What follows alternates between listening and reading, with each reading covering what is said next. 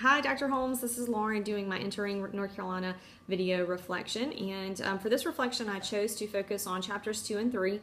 The chapters 2 and 3 were really where I started to see a little bit of a shift and some changes identified in higher education, especially as it relates to funding.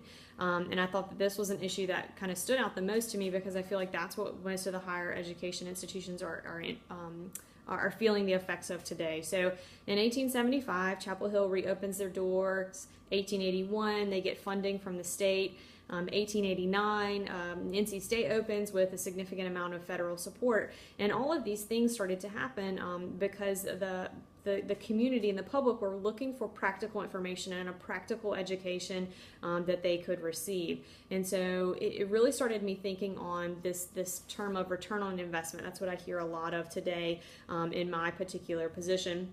What is the return on investment for college? And so I thought these chapters started to reflect some of that kind of return on investment, whether or not Dr. Lutzy actually says that or not. So it's a couple of articles that I found, one from U.S. News and World Report, which was published in 2015, and it was titled College Grads Question How Much a Degree is Worth in Early 2015.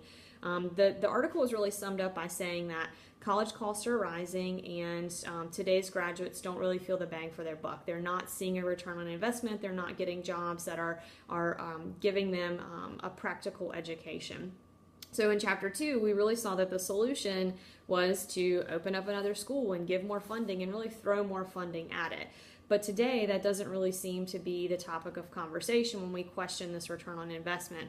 So the second article I brought in was from Thomas Mortensen. He's a contributing member of the American Council of Education, and the American Council of Education declared the state of funding for higher education as a race for the bottom. That was an article that he wrote in 2012. So this race for the bottom was basically, it's based on the American Council for Education calculations and trends, and they anticipate that state support will be at a zero level by 2059. Based on kind of the trends since 1980, we really should see state support bottom out and be at ground zero.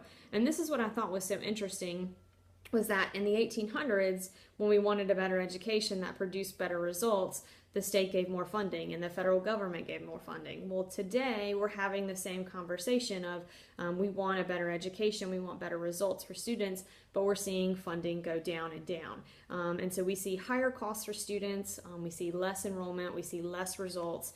And so thinking of the title of this book, Setting Clocks Back 100 Years, I feel like that's what we almost are doing sometimes today.